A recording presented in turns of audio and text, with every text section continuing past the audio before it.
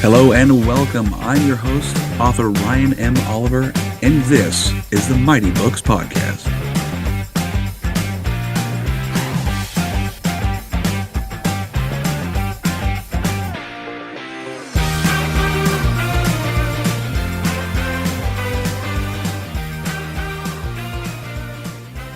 Hello, everyone. Welcome back to another episode of the Mighty Books Podcast. Today with me, I have author Stephen Joseph. Stephen, how are you doing today? I am doing great today, Ryan. How are you doing? And thanks for having me. You're very welcome. I'm doing well. Thank you for asking. So today we're here to talk about your books because you have quite a collection here. Which book are you primarily speaking about today? I just released this book, Yeah. Zoodles in Space, Episode 2, the Zoodles Strike Back. This is a kid's book. Yeah. And just actually, not previously, I just released, well, actually was September last year, so it's a year old, but Oh, wow. Cranky Superpowers, Life Lessons Learned from the Common Crankiness Chronicles. That's an adult book that follows up a grown-up guide to effective crankiness, the Crankiness method. So I write about crankiness because I get cranky sometimes. But yeah, so I'm here to talk about books. Yes, Kid you books, are. adult books, cranky books, Cranky books. I love it. funny books. Yes. I have never heard of anyone who's talked about cranky books, so you are a first. Oh, good. Yes, that's awesome. So you're pioneering ahead in the cranky category. I love it. Even though we all complain about being cranky all the time. Just how it goes. Yeah. Yes, that's true.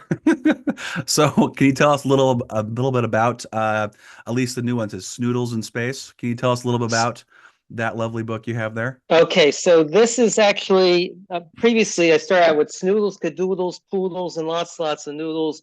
Then a Snoodle, the Zoodle, Cadoodles, One Happy Schmoodle. So now the Zoodles strike back. So just to give you a background, the Snoodle replaced the Krautmobile, and everybody was driving around with a Krautmobile, and it ran on sauerkraut, which in one way it's good, but by 10 o'clock you go into your office and everybody else and you smelled like sauerkraut, which got people kind of cranky. Sure. So Herbie Snoodleman invented the Snoodle, which runs on noodles. You just go to the Ramenolium, pull your Snoodle up fill up your Snoodle with noodles, and off you go. It's a noodle power automobile. And not only that, when you get back home, you're hungry, press the button, and out comes a bowl of noodles. You're all set for the night. Oh my goodness. Now I have to ask, does your Snoodle run on anything like, does it have to be any particular shape of noodle or it can be any noodle? Any noodle. Any noodle. Okay. And because it also provides dinner, you want to serve sauces, you can stick a sauce in there too, and you get it's one-stop shop. All right, we got to get engineers on this and get this moving because this sounds like a great A, mode of transportation, and B, a quick dinner choice for the end of the day when you're just so tired. That's right, yes. We're having noodles. Who doesn't love noodles? Noodles are great. No, everybody loves noodles. Exactly, exactly. Even my picky kids love noodles, so it's just how it goes. So what caused you to think of I have to write a kid's book on cars that run on noodles? I have to hear this inspiration. I have no idea. Even better. It just clear out of nowhere. So yeah, so there was I'm writing. Actually, at the time, the first book, I'm still writing like a grown-up guide to effective crankiness, and so when I talk about crankiness, one of the things I talk about is like cooking.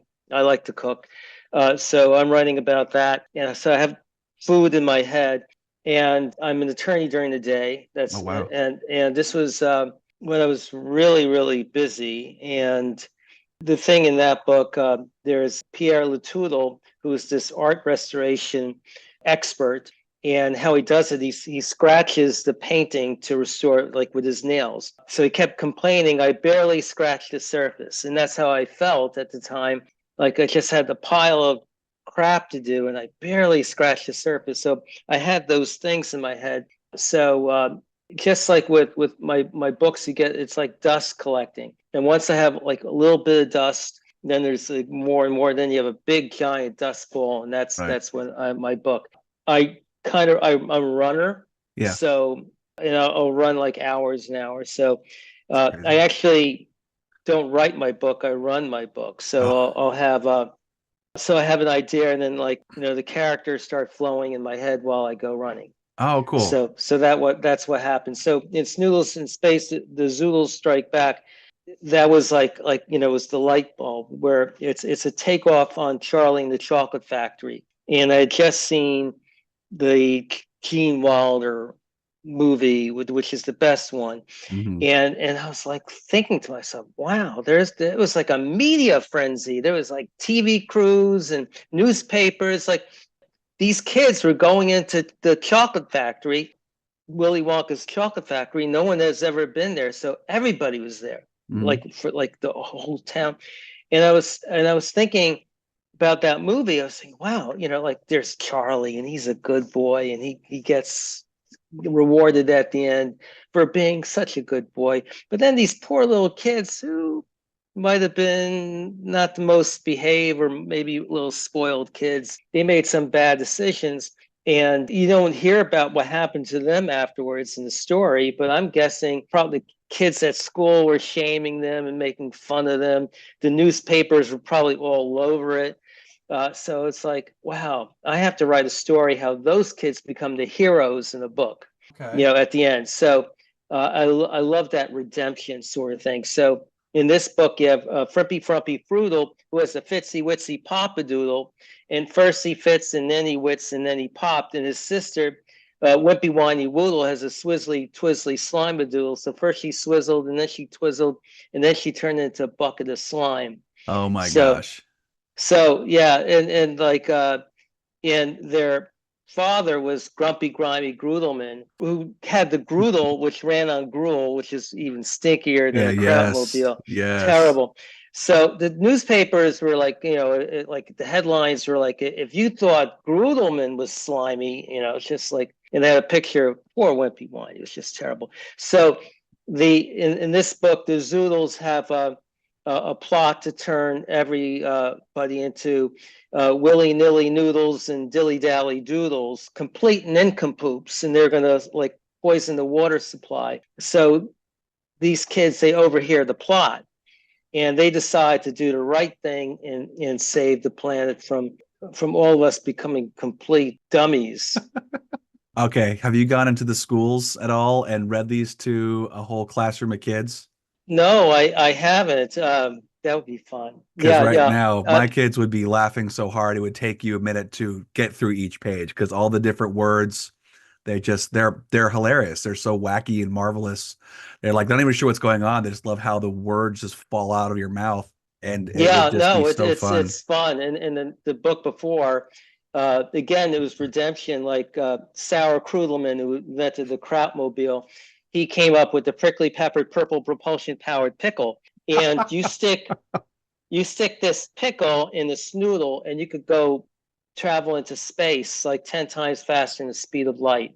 It was a great invention. It So sounds pretty great. We need to get some people on that. That sounds amazing. We'll get to wherever we want to go very quickly. Very yes. quickly. Yes. So when you go running then, so is that you said that's where you process all of your thoughts. Everything is Uh, hammered out while you just go running for many, yeah. many hours. Yes. So I run marathons Wow. and so like I'm going on number 59 New York City in November, being my 59th marathon. So I'll go Wow. out, I'll wake up like 5, I'm out 6, I'll run till like 8:30 in the morning. And yeah, stuff happens. Yeah. Well, I mean, you get that runner's high, the endorphins and everything, and I'm sure you get all Yeah. sorts of. Do you find that you're most creative like right after the run? Or I mean, I guess it is just you're just living on that runner's high quite a bit because you run so much. That's so good for you. I Well, commend you. yeah. I commend you, sir. Well, thank you. You're welcome. What the best is that you have that first idea, and then okay, and then like so like the rest of the week is going to be fun because they're going to come up with more and more stuff to Yeah. add on to that. So for example, in Cranky Superpowers, there's one chapter where Captain Kirk is interviewing Mr. Spock for the first officer position. And Captain Kirk says, would you give me your word that you'll be loyal and trustworthy and, to the Federation and loyal to my command? Would you give me your word? And Mr. Spock says, I can't give you my word. I can't do it. And Captain Kirk is dumbfounded. What do you mean you can't give me your word? Like, I've interviewed all these people, every single person told me they will give me their word. And Mr. Spock had to explain that on his planet, on the planet Vulcan, there was this great leader who said, like, we have to declare war on the Romulans. And the Romulans will welcome us like liberators because they look like us. And I give you my word. And every year he'd say, I give you my word. And it would just keep going on and on and on. And then after a while, people on Vulcan imitated the great leader and they would give their word. But when you give all your words, at some point, you have no words left. And then you can't communicate. So it's like if I gave you all my words, you wouldn't hear the rest of me. I wouldn't be able to talk to you anymore. No. So the law on Vulcan is that you're not allowed to give your word. You have to keep your word.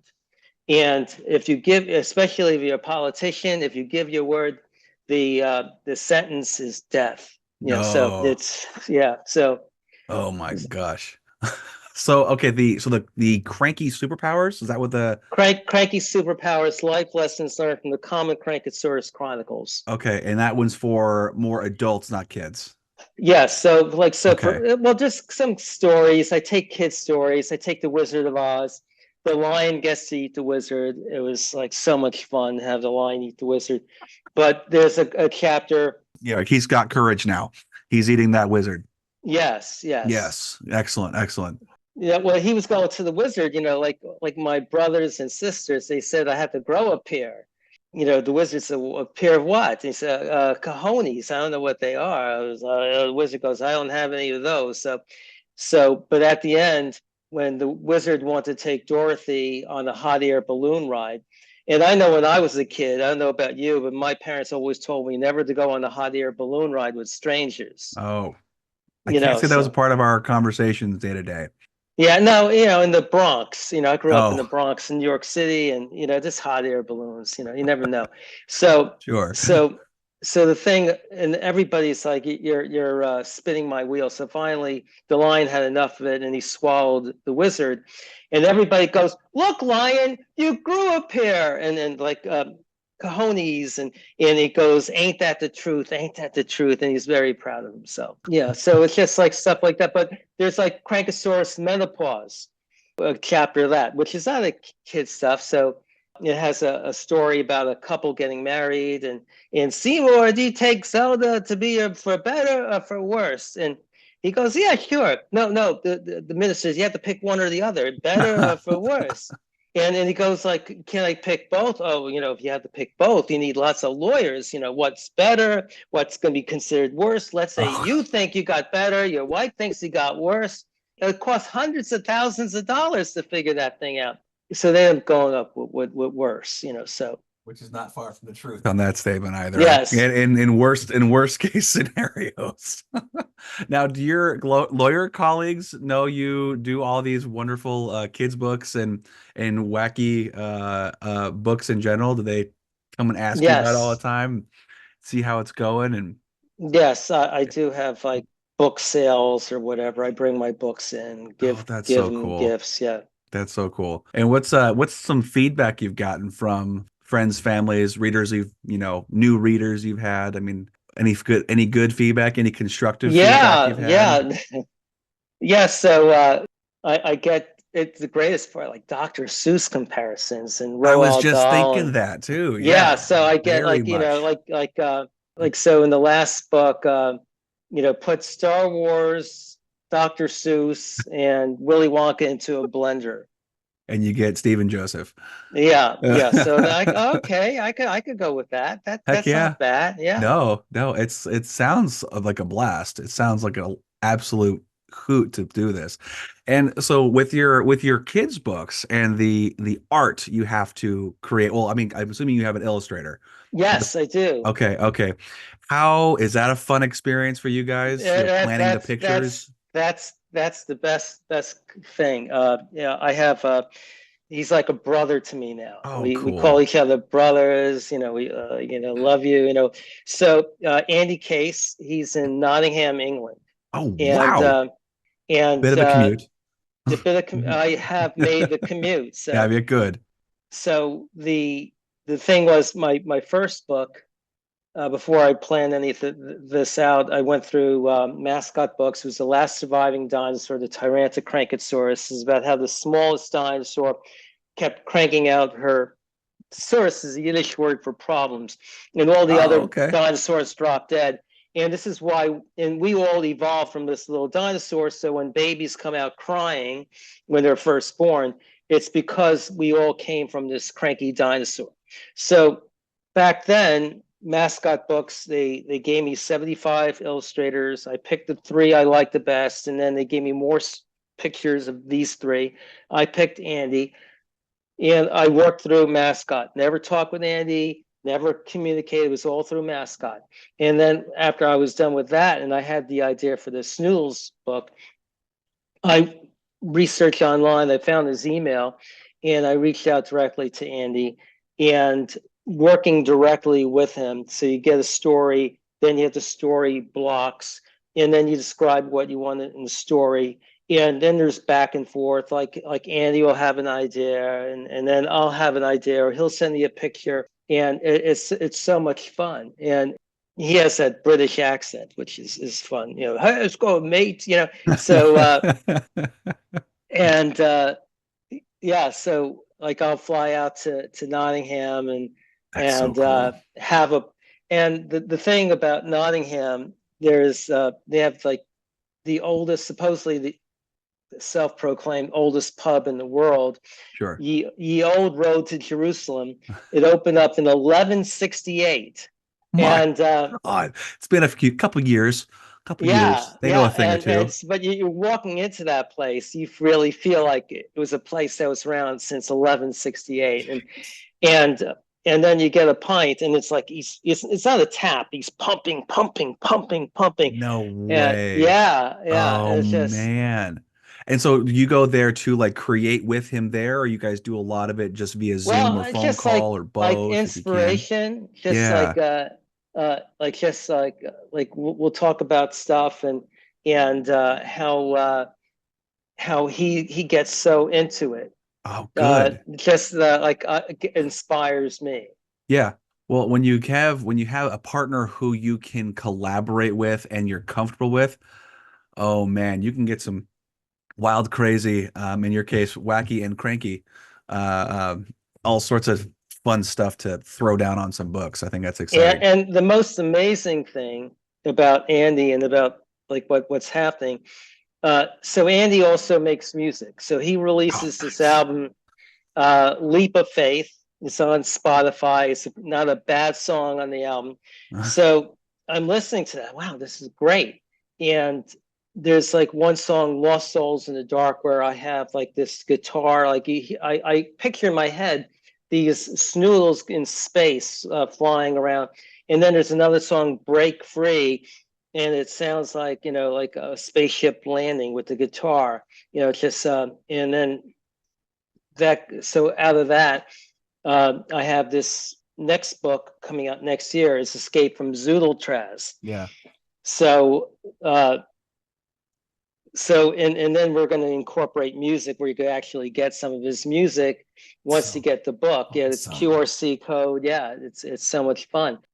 So that whole story came from hearing music, and then the music created the story in my head. It's so wild how music can access a different part of the brain to make you think of different ideas and different perspectives to looking at things. I Yeah, mean, yeah. I was thinking like so it's going to be like an audio book with music, with the No, it's QR a code? kid's book. It's a kid's book, but you get music too. Oh, You okay. go, you take a picture. If you get the book and you go to QRC code, you'll get music, his tunes Oh, for okay. free with the book. So Gotcha.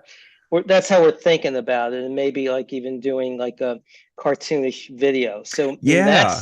in that Be story, cool. like the leader of Zoodles, Cloodle the Grand Roodle, and he's kind of like he walks around in diapers. It's just like kind of like a very like cranky kind of like self-absorbed leader.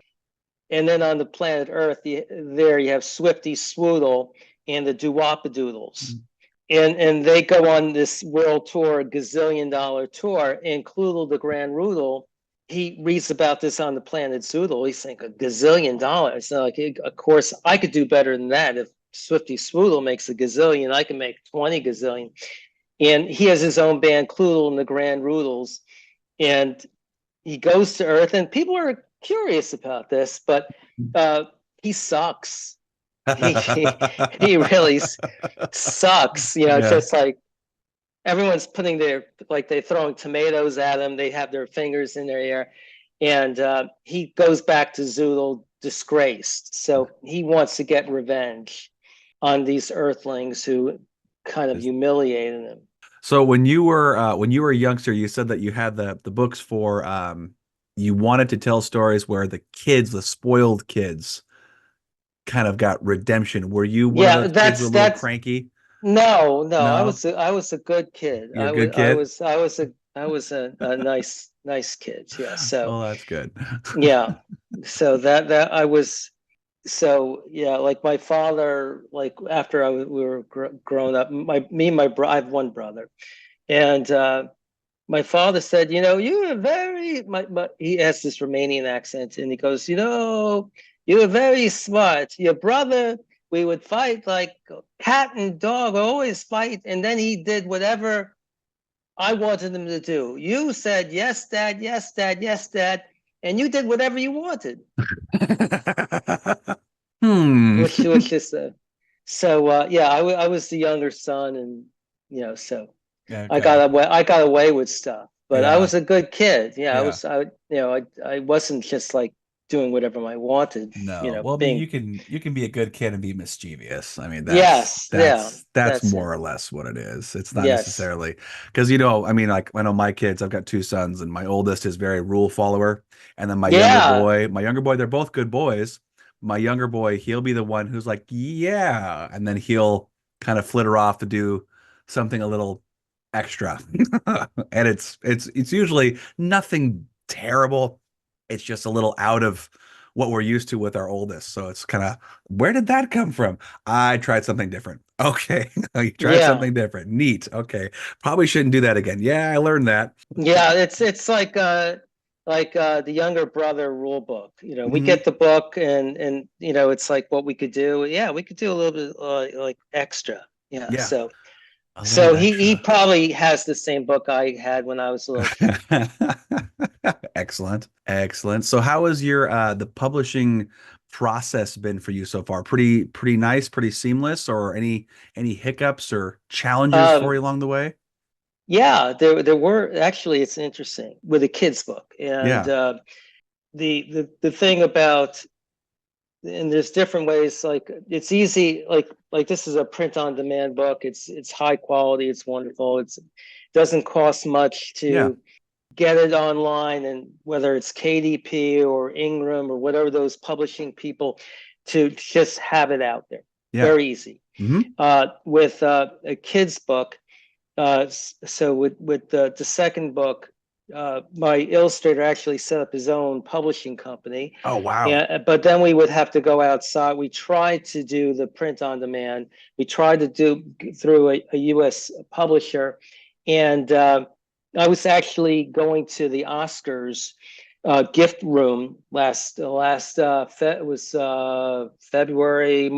March of 23. Hmm. My book, I just had it, and I went through, I won't name companies, but I went through No, it's this okay. American company. And for me to just get a copy of that book, they charged me $25. Oh my goodness. So the problem with that is that if you have to sell a book that costs you $25, you're gonna have to sell it for like 60 or whatever just to make whatever A a profit. Yeah. dollar. Yeah. And not only was it expensive, but it was the quality was the paper mache, the colors weren't good. It was like not that good. And I tried print on demand, which is like was like $14. And again, the quality was like just Just not not, very good. yeah. The paper wasn't that good. So I actually had to research and reached out to China, to a printer in China, Really? and the thing, also the problem with the cost is these books are it's like 64 pages. Oh, So wow. it's not like, like a lot of kids books is like 30 pages and Yeah. that's gonna add to expense. So this is like 60 pages, whatever. And Wow. That's the substantial. That is actually very substantial it's for a kid's substantial book.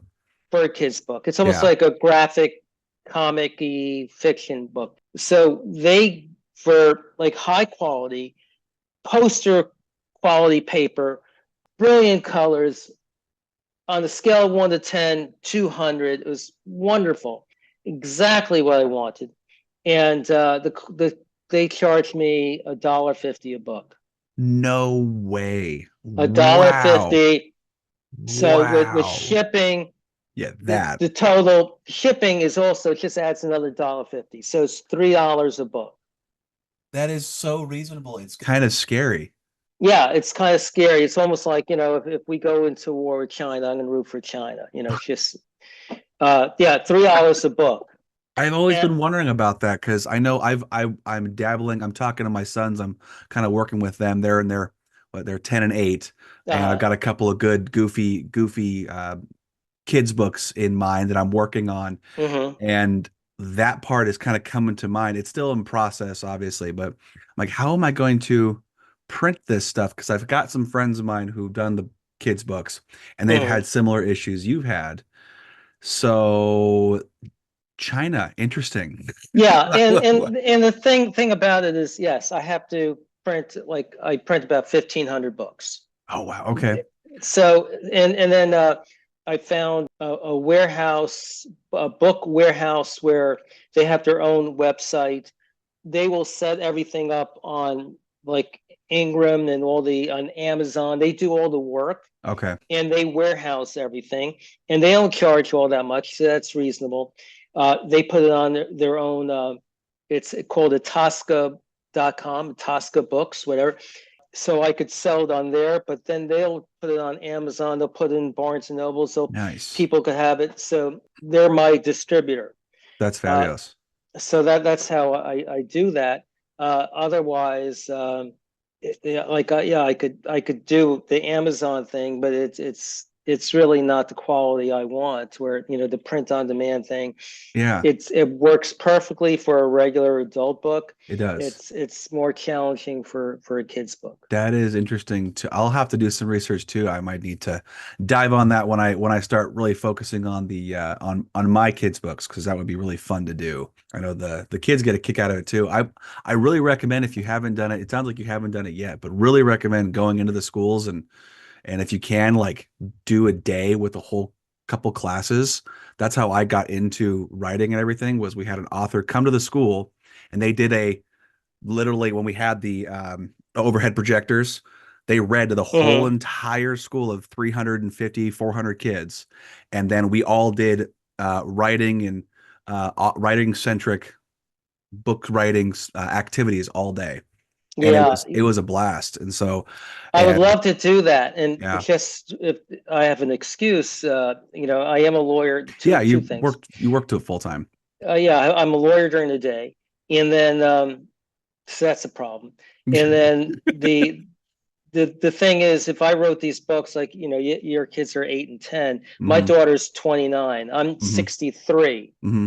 So if my daughter, if I wrote these books when my daughter was in school, Hmm. that would have been awesome because she would have been so proud, Oh And yeah. then I go into her class and read the story, Yeah. and I can't do that. So Yeah, I would have to go out to schools and say, hey, do you need an author to read a book? I'm available, and make Yep. some time. And especially now working remotely, I'm here today remotely. It's not a stretch to go out to a school No. and read some books. Yeah. I know So it'd be good. It's a good way to just get your name out there. And those books are you're gonna hook some kids so fast. That would be amazing to see them just listen to you read it would be fun. It would be really fun to do that anyway. Do you have any grandkids then? uh, no, I don't. I Okay. don't have Well, grandkids. if and when you ever do, you'll have a great couple of stories to read them. That's for darn sure.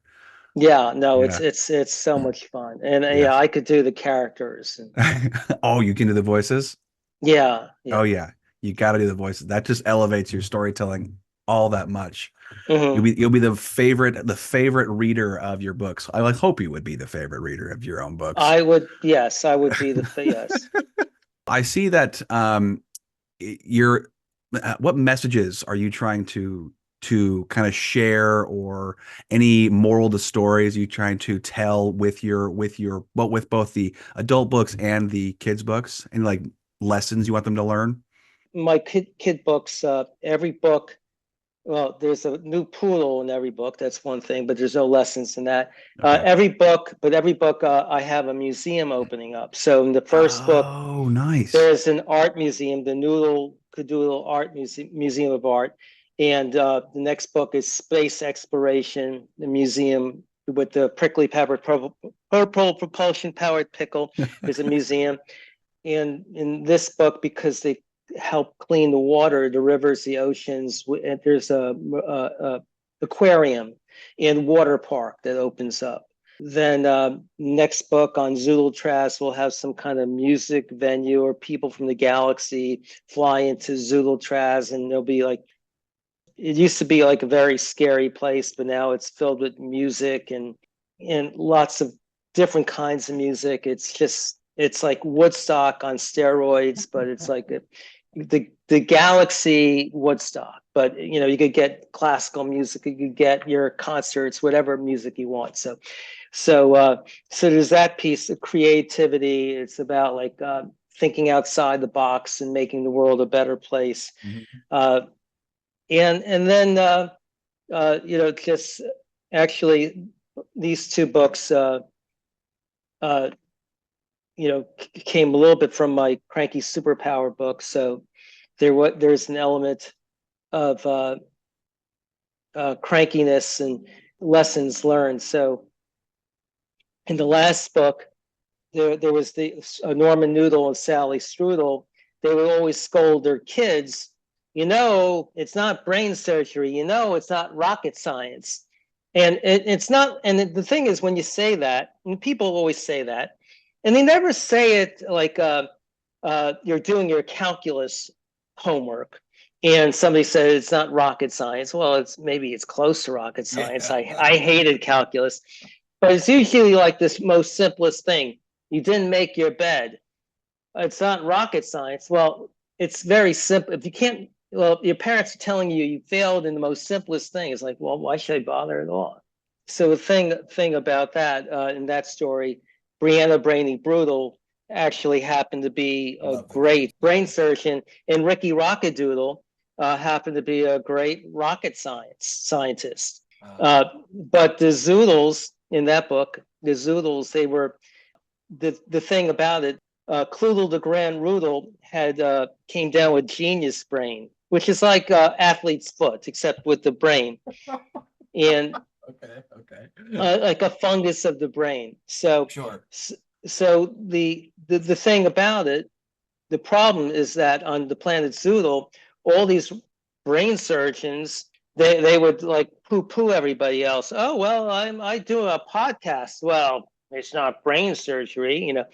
So the thing about it, when all these brain surgeons kept poo pooing everybody else, everybody became terrified to become a brain surgeon until the whole planet had no brain surgeons left. And the same was with rocket scientists. They had no rocket scientists. They used to have the great rocket scientists, but all the rockets, oh, it's not rocket science, like So I can't do that. So Yeah.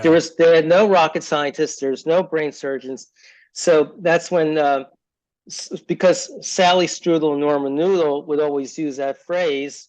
They were only bakers, but the Zoodles kidnapped them, thinking that they were notable brain surgeon and rocket scientists. My gosh, that is marvelous. I am very impressed. Like I'm trying to take the leaps and bounds and of the connect the dots of where you came up with those ideas, and that was it's incredibly clever.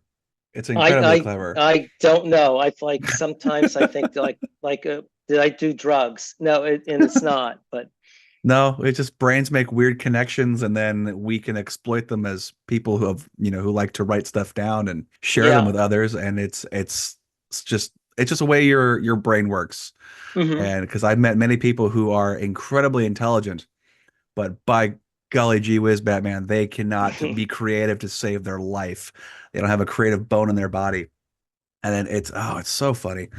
I'm so glad there's people like you who can be just goofy and off the cuff and write these cool fun books for kids and adults. Yes, Adults yes. need No, it's fun. wackiness too. Adults need Yeah. wackiness too, especially in a Mhm. stressful job, I assume, as being a lawyer can be. Yeah, and and I explain in Cranky Superpowers. There's a chapter. First chapter is getting on my nerves, Crankosaurus, and explain law school. The first year we learn how to get on people's nerves. The second year of law school we learn how to rub people the wrong way. And the third year of law school we learn how to get underneath people's skin. And when you could do all three exactly at the same time, you're a lawyer. Oh my God, that is amazing. That So is you want to know so why people good. don't like lawyers? Because they went to school for 3 years on how to get underneath people's skin and all the other things at the same Yes, time. yes. At the same time, it's not very good. I know it's not very good. Yeah, and I surround Oh, myself, so I know about crankiness. So yeah, yeah. Around other cranky people. other cranky people and other, Yeah. just a lot of the stuff happens. Like my inspiration does happen just being a lawyer. Just in general, just in general. I mean, So you get paid to argue for a living, yes? So, I yes, mean, being argumentative, having to be argumentative, I'm sure is going to cause some crankiness. yeah, no, and well, I hear. Actually, well, I also teach negotiation Oh, wow, cool. and I write about that. So just getting into the lawyer head, like one of the things I always tell lawyers is arguments take away when it comes to negotiation, it takes away your power. And it's like, what do you mean I can't argue? I want to argue about this. I want to argue about that. I want to argue about this.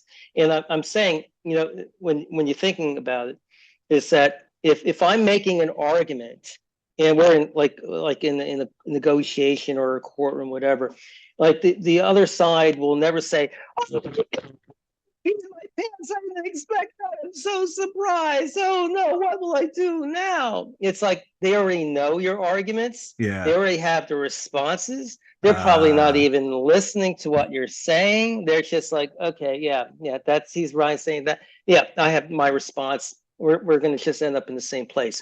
And it's not that you don't argue.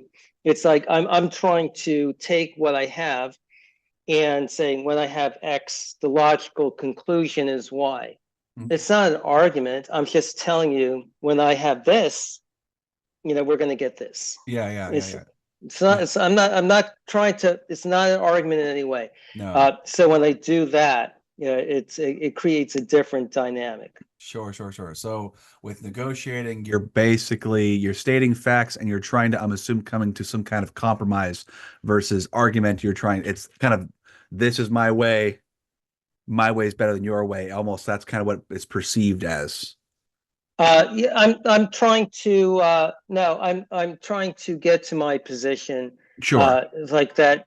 You can't start arguing back to that. It's like I have Ah, this okay. logical conclusion. Yeah. Uh, like if I'm trying case members of the jury, this is my favorite case to try. It's my favorite case, not because of fancy experts or sexy issues, because I can rely on the common sense of the jury. Whenever I can rely on the common sense of the jury, juries always do the right thing.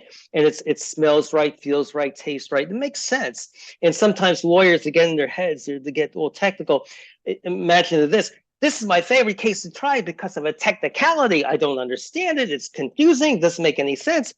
It's in Chinese. And not only is it in Chinese, it's in Braille Chinese, but even a blind Chinese person couldn't figure this out. Right. So, but people go there and it doesn't happen. Another thing, like I tell lawyers, it's like lawyers always say, we have to fight fire with fire. I go, oh, this is interesting. So I went to the firehouse nearby. And I went to the fire chief. I'm curious, what high impact explosives do you use to put out fire? I'm thinking of smoking in bed. How much lighter fluid I had to put in the mattress before I light up? And he said, no, we used water. Could you believe it? They use water. Who knew? Water puts out fire. And the thing again, just my lawyer's part is like, well, water is crystal clear, has clarity, it puts out the fire. What is our water? What is our water? And when you have that water, you could figure things out. Like common again, sense and logic. And again, it's like that would be how like I would phrase things. I'm not arguing with you. I just happen to have water. Yeah. You're not gonna say, no, something that's the worst thing to do. No, it's water puts out fire. Water puts out fire. Like I said, clarity, it's logic, it's common sense, it's reason. Yes. If that is the solution, if that is the goal, things I assume are a lot better outcomes. Yes, that's right. I mean, that's how I like to do it. I teach safety for a living, and that is also one way. It's like we use common sense here. Hey, don't use X to prevent Y, and I'll tell you why. And here's what happened 30x years ago, and now we do this so we don't have anyone who gets hurt or worse. So logic and common sense. A lot of the guys are very favorable to logic and common sense. That's right. Yes. Yeah, we try to be. We try to be. It is a thing, that's for sure. You had more books on the last surviving dinosaur. I got to hear about this. My youngest son loves dinosaurs. I got to hear. So that was my first book. So that was your first one. Okay. That was my first one. So that's a story. I say I grew up in this house, and everybody were very cranky and talk about their tsuris, which is Jewish or Yiddish word for problems. And that's so cool. I did not know that. You don't think you had tsuris? If I had your tsuris, I'd do cartwheels. Nobody could outdo my tsuris, like a tsuris Olympics. Then I get into these dinosaurs, and it was the Tyrannosaurus, and she was the smallest dinosaur on the planet, but she kept cranking out its tsuris. Oh, okay. That's right. All the other dinosaurs dropped dead. Yeah. So. Okay. Yeah, I had to figure out how to say that. And the funny thing, yes, and the funny thing about that was there was one reviewer which got into the cranky world, so one reviewer said, well, that guy didn't talk enough about overcoming crankiness, and it was all about embracing our crankiness, not to get rid of it. And then I started this blog on crankiness, and then it became like a grown-up guide to effective crankiness. And I was off and running with crankiness, and I have a second book. And the thing I talk about in the grown-up guide is like the common crankiness. So because if you think of the common cold, you might have one or two a year. It's so common. You can have a common crankiness like 2 or 3 in the morning alone. And the thing about understanding that it's common, then it doesn't seem so bad. It's not. No. So I always talk about like we always hear about like parents saying, use your words. So let's say like I have little Tommy. He always says, oh, I'm angry every day. I'm angry. Oh, that's very good. Tommy knows how to say he's angry, but I think he's a very angry kid because he always says he's angry. And I think like, well, how about like I have this common crankiness. I'm a sweet kid, lovable kid. I just happen to have something that every kid experiences, every adult experiences, the common crankiness. So you maintain who you are as opposed to, if you becoming that angry thing, the angry person. And you're I'm using my words, but I convince myself that I'm an angry person. Yeah, actually, I mean they've had many different studies saying that if you are saying that I am this or I do this, it becomes a part of your identity, and then it's like a Mm. self-fulfilling prophecy in that manner. Well, they think I'm cranky or I'm angry already. I'll show them what anger really looks like, and they'll Yes. perpetuate that action through their life. But if you say it's just a part of everyone gets cranky, everyone gets angry, they do? Like, yeah, everyone gets angry. When you get up in the Yeah. morning, you're hungry. You don't want to go to work. You're tired. You don't want to go. You get a little cranky, a little irritable. Yes. So Yes. That what happens. it does every I deal with that. I deal with that every single day. Dealing with two boys who don't want to go to school or go to do chores. Like we got to do some stuff to maintain. I know it sucks, but we got to do it anyway. I do things all the time. So if Yeah. you try to relate with your kids or people in general, they're a lot more. They get less cranky really fast when you're like, you're cranky. Me too. Let's go get food or something. That always Yeah. makes us feel better. Pancakes. Let's get some Oh pancakes. yeah, lather that with some syrup. Good stuff. I've heard Australians eat it with peanut butter. Mm. Yeah, yeah, I tried it. It's not bad. I prefer my old way, but anyway, Yeah. No, it's yeah, just, it's, it's a little different. Anyway, what is real quick? What is effective crankiness though? What do you mean by effective crankiness? effective crankiness is like, first of all, there's self-diagnosis and Uh-huh. so when Me too. I I know for like I grew up with my father. He was a person who there's no filter between the brain and the mouth. Oh, nice. That can be great. There's And people. blessing and a curse. It's like it's understanding that so it's understanding what like I have a Crankosaurus lawyer chapter, Crankosaurus doctor, Crankosaurus kryptonite. We all have our kryptonite, and even our partners know what our kryptonite is. And I say, well, like, Superman had kryptonite and he never went to the doctor. I have this kryptonite issue. What do I do? Do I take Advil? Do I take Tylenol? What do I? And Lois Lane and Jimmy Olsen's like, they don't just say, you know what? We're done with this Superman guy. He has this kryptonite issue is not going away. We have to find another superhero. It's like they know his kryptonite. We all have our kryptonite. And even for me, I always say, like in that book, the best chapter, because I have my own button, Oh yeah. best chapter that from my own teaching myself was this book, a chapter called "Drive Me Crazy, Crankosaurus," and it's the sentence that's in your head. Well, it drives me crazy when, let's say, my daughter does something that infuriates me, and then the next sentence that always in my head, I can't understand how she did what she. I can't understand it. It drives me crazy, and I can't understand it. So what happened was my daughter called me and she had to have her windshield replaced. So she goes to the windshield, whatever company, the only thing they do is replace windshields.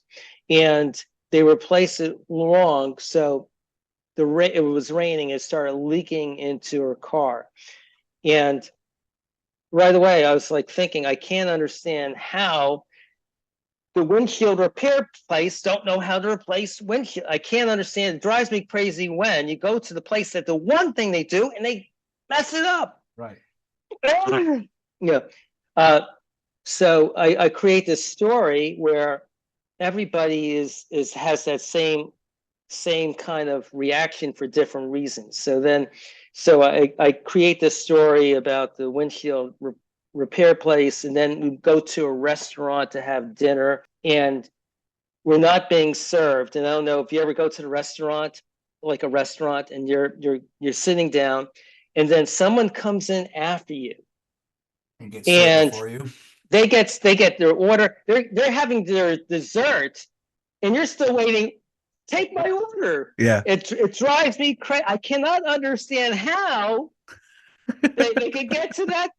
The Ryan's getting his dessert and they're singing happy birthday to me. I don't even get an appetizer. I'm getting hungry. And so so I complained to the manager. The manager drives me crazy when he complains to the waiter. It drives me crazy when, I can't understand how. So So they have their own reasons for having the same kind of reaction. Sure. And noticing that, oh, this is one of those drive me crazy moments. I could slow it down, and I don't have to go.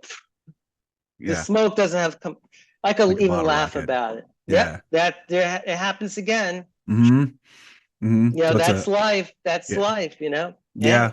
Yeah, exactly. Try to create a story for yourself. Like, oh, there's a valid excuse, there's a valid reason for this to be happening. No one's doing it on purpose to spite me or to, Yeah. because they think I look weird or said something strange. No, it's just it happens. It just It happens. happens. It Yeah. happens. Well, I have to know, where can people and myself, because I think my kids would love this stuff. Where can people get copies of your books? The books, well, first of all, I have a website, stephenjosephauthor.com. That has an award-winning blog where I talk about crankiness all the time. I have even the defense can now rest, which is my lawyer's blog. So I talk about stuff on that, and and then you could go to Amazon, any of these websites. You could go pick up a copy of the books, or they mail it to you. They you don't have to Even go to, better. yeah, they just Even bring it to your better. door. Yeah, so any of those places, and they're available, like the grown-up books, softback, hardback, audio book, Nice. Kindle, whatever, and then the kid books, Kindle, so paperback, hardcover. Even though the hardcover book is really, really good, it's just it's It because looks it really good. feels like in the artwork is fabulous. Just like, so you have like Droodle Oh the yeah. poodle. Oh Um, man. so yeah, it's fun. Yeah, It it's looks just fun. And the words just get me every time. I transferred back to me as a kid. Those It's just the funny, weird words put together into long, drawn out sentences and alliteration. It's just, you can't go wrong. You can't go wrong. Then you throw your funny stories in there too. It's amazing. It's good stuff. yes, no, It's it's good fun. stuff. It's good stuff. Yeah, it's Yes, fun. it is good stuff. Well, Stephen, thank you so much for coming on, taking an hour to talk with me for about your books, and I love It their was sense of great humor. being here. Yeah, I'm so glad. And as you go down and continue writing more cool things and funny things, if you want to keep promoting, let me know and we can set something up again and chat. Okay, it'd be great. Thanks a Awesome. lot, Ryan. Okay, awesome. All right, guys. I hope you guys really enjoyed this. Go get some of Stephen Joseph's wonderful books, as you heard on his website, Amazon, pretty much anywhere books are sold. So go out and get some awesome literature. Have a great rest of your day, and as always, stay mighty and keep reading.